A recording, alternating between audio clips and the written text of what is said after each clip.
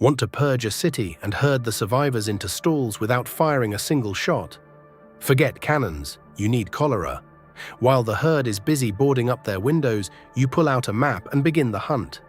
An epidemic isn't a tragedy, it's a tyrant's golden ticket. It's a legal excuse to incinerate the old world and build a pen where the walls have no ears and the people have no rights. Historians lie about hygiene, but the reality reeks of something else. London, Paris, Vienna, the script is always the same. Disease enters the city and emergency powers fly in immediately after. The state swallows everything: your land, your water, your documents, and even the right to your own corpse. Free communities are declared breeding grounds for miasma. With one stroke of a pen, artillery-wide avenues slice the city into pieces, turning history into a clear field of fire. This isn't medicine, it's total destruction to the sound of the crowd's applause. You aren't saving a nation, you're building a system where any protest is drowned in the bleach of sanitary regulations. Think this is just paranoia? Then why did the French authorities deploy thousands of soldiers against a tiny flea with orders to shoot to kill?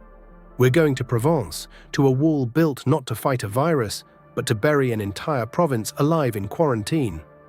Think masks are harsh. In 1720, the French authorities didn't deploy doctors against the enemy. They deployed 27 kilometers of stone and an army ordered to fire on sight. Welcome to Provence, where they fought fleas with muskets, turning a blooming region into a mass grave in just 5 months. Look at this scar. From Mont Ventoux to the Durance River stretches a 2-meter-high wall. Officially, it was a cordon against the plague. No, use your brain. A rat doesn't read decrees, and a flea hitches a ride on a bird. Who were those thousands of soldiers actually guarding against? People. Those trying to escape the hell of the infected zone. The papal administration wasn't saving the sick. It was isolating bio-waste on the outside. The speed of construction proves it. The plan to wall off Provence had been sitting in a drawer long before the outbreak. The wall has stood for 300 years as a symbol. When the state promises safety, it is preparing the barbed wire. But Provence was just the demo version. How about a sanitary zone the size of half of Europe, holding millions hostage for 150 years? We're following the trail of the Habsburg cordon, the world's first system of total surveillance. While history mumbles about trade routes, a project rotted in the heart of Europe for a century and a half, turning entire nations into lab rats. From the Adriatic to the Carpathians stretched an exclusion zone where the musket was the only law. This wasn't a border, it was 1,900 kilometers of a spiked collar, choking the continent for 153 years under the pretext of hunting a microbe. Look at the numbers: an army of 4,000 enforcers, checkpoints, and the right to shoot anyone who strayed from the path. Protection from a flea? A lie. The cordon was a giant sieve for filtering out the undesirables. Here, a concept was born that sends a chill down the spine. You are no longer a human being, you are a biothreat. Medical rhetoric tossed legal rights overboard. An infection carrier could be left to rot in a dungeon without a trial or a lawyer. It was a testing ground for a system where the state gains access to your body simply by hiding behind a white coat. The disease vanished, but the habit of detaining without charge remained in the DNA of power. But a physical cage is just the tip of the iceberg. The real invasion was happening inside your mailbag. How did medics in uniforms learn to read minds through holes made by disinfection needles? We are entering the inner sanctum, your private letters. Your secrets no longer belong to you once they are stamped contaminated. In the quarantine dungeons, officials invented an elegant way to rip open someone else's life without blushing.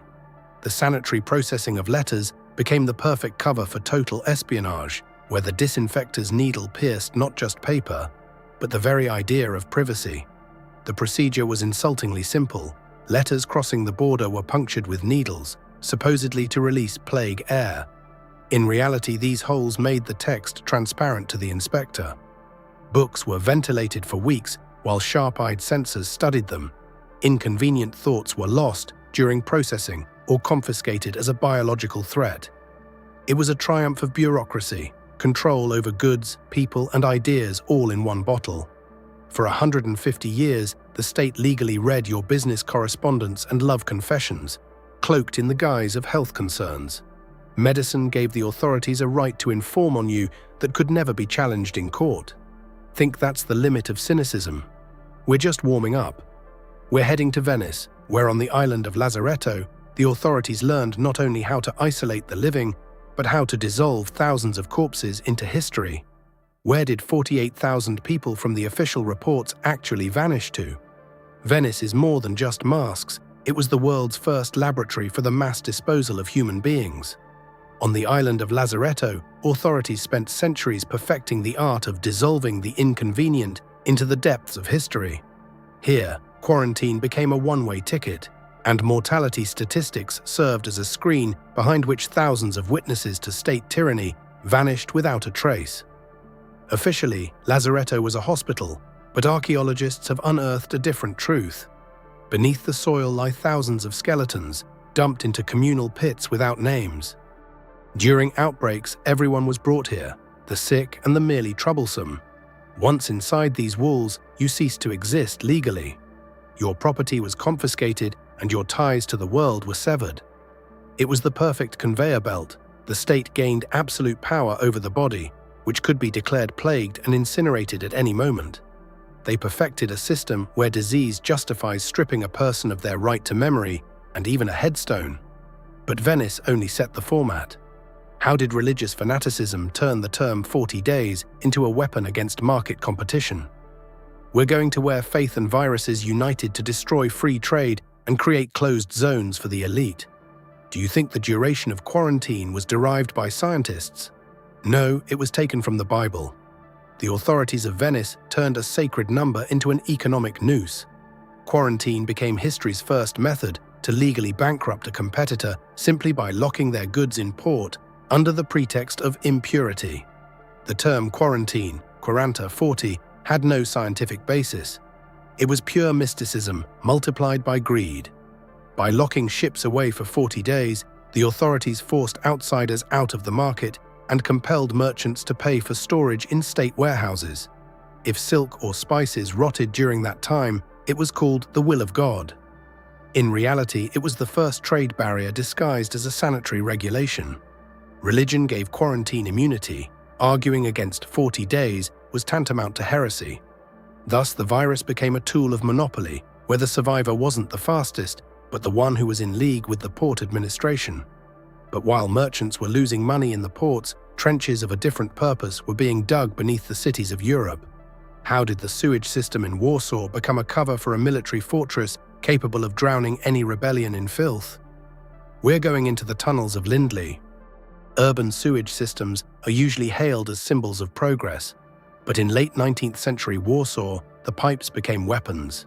William Lindley designed not just a water supply, but an underground citadel capable of suffocating a rebellious city without moving a single soldier out of the barracks.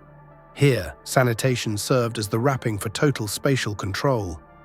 After a series of uprisings, Warsaw had become a powder keg for the empire. The solution arrived under the guise of fighting cholera. Investments were poured into a system that allowed the authorities to cut off water to unreliable neighborhoods at any moment, or flood the basements where conspirators hid. Construction followed military maps. Collectors were designed so that infantry could move through them covertly, and manholes became firing points. This was an architecture of suppression disguised as hygiene. Residents cheered for clean water, unaware they were voluntarily tightening a noose around the city's neck, a noose whose keys were held by the gendarmerie. Pipes are just iron, they can be cut. Far more terrifying was the miasma theory. This pseudoscience regarding bad air allowed authorities to demolish entire working-class districts and incinerate pockets of protest to the applause of doctors. We move now to the Great Purge. Before the discovery of bacteria, the world believed in miasmas, poisonous vapors of rot. In the hands of power, this pseudoscience became the perfect bulldozer. A defiant quarter didn't need to be stormed.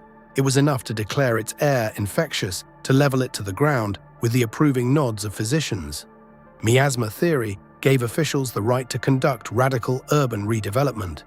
In Paris and Vienna, under the pretext of ventilation, They carved out districts where conspiracies and barricades had been forged for centuries. The logic was simple. Without narrow streets, the infection had nowhere to stagnate. In reality, authorities were destroying the social hubs of the poor. In place of slums, wide avenues appeared, perfect for artillery-clear firing zones. This was gentrification paid for by the fear of death. 19th-century sanitary science acted as the architect of control. The right to housing was annulled as soon as a scientific interest in air purity arose. Filth became a legal excuse for the deportation of entire classes. The historic ghettos became the largest victims of this policy. How did the fight against cholera allow for the destruction of ancient Józefów in Prague, stripping people not only of their homes, but of their memory? We proceed to the clearing of the Gęga Viertel. Cholera became the ultimate ally for developers and gendarmes. Under the mask of national recovery, cities were not ridding themselves of bacteria, but of inconvenient history. The districts of Prague and Hamburg went under the knife as soon as medicine granted the authorities the moral right to an excavator. The Józefów district in Prague was destroyed at the turn of the 20th century during a process of sanitary clearance. The official excuse was overcrowding, but the real goal was to replace a dirty stain in the city center with an elite neighborhood for the loyal bourgeoisie. Similarly, in Hamburg, following the 1892 epidemic, the Gęga Viertel, a labyrinth of alleys where working-class discontent simmered, was purged. Instead of treating the people, the state destroyed their habitat. Thousands of families were cast out to the outskirts, their communities and political weight shattered. This was the triumph of hygienic determinism. If you are poor, your home is an infection marked for demolition. The cleanliness of the streets became synonymous with political sterility. But what happens when isolation becomes eternal? We are heading to Molokai, where a diagnosis turned into a civil execution. How did leprosy help perfect the mechanism of stripping rights without the chance of a pardon? On the island of Molokai, healthcare turned into an instrument of personality annihilation. A diagnosis here was not a medical certificate, but a sentence of civil death, after which a person legally died while still breathing. In 1866, a leper colony was established on Molokai, a zone of absolute exclusion and a legal black hole. From the moment of diagnosis, a person's property was confiscated, their marriage was annulled, and their right to vote was revoked. The sick were literally thrown off ships into the surf, forbidden from any contact with the outside world. The state perfected a scheme of isolation without a term or the right to appeal. Under the guise of protecting society, a territory emerged where no laws applied. Leprosy became an excuse for the lifelong deportation of anyone non-standard. It was a prototype for camps where biological status replaced legal status, and medicine officially supplanted justice. But Molokai was merely a testing ground for bodies. The real battle for the mind unfolded in the offices of psychoanalysts. How did medical confidentiality become the foundation of a blackmail system? And why did your dreams begin to interest the police more than your actions? We are entering the thicket of mental control. If physical quarantine locked the body, psychiatry hacked the final fortress, the mind. Medical confidentiality transformed into a safe where the state hid dossiers on the thoughts and dreams of citizens, turning therapy into a sophisticated form of interrogation. In the 20th century, medicine gained the right to judge not based on actions, but on status. A psychiatric diagnosis became a tool for isolation without trial or investigation. If an opponent does not break the law, they are declared insane. This strips their words of weight and locks them in a ward indefinitely. Doctors effectively became police delegates in private life. Any deviation or refusal to conform to the norm was interpreted as pathology. This is the ultimate form of control. You are not just forbidden from speaking, you are told that the very need to resist is a symptom of disease. Thus, medicine colonized the mind, turning intimate experiences into evidence. What happens when control moves beyond hospital walls and becomes part of your smartphone? How have biometric surveillance algorithms refined the ideas of medieval disinfectors into digital perfection? Welcome to the era of the sanitary panopticon. The history of quarantines is not just a fight against viruses, but a chronicle of the expansion of state control. Medicine gave authorities the right to violate the boundaries of privacy and freedom under the pretext of saving lives. What began as the fumigation of letters has evolved into systems of total social monitoring. The sanitary shield has become an instrument of censorship and political suppression.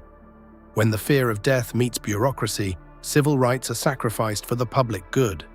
We voluntarily hand over the keys to our privacy to algorithms, forgetting that every quarantine strives to become eternal. Clean hands do not guarantee the clean intentions of those who force us to wash them. Today, the lines between care and surveillance have been erased. In the age of biometrics, we live in a global lazaretto where everyone is a potential threat. The main lesson: the virus of control mutates faster than any infection. Be vigilant. Behind the sterility of the streets, there often hides a political void.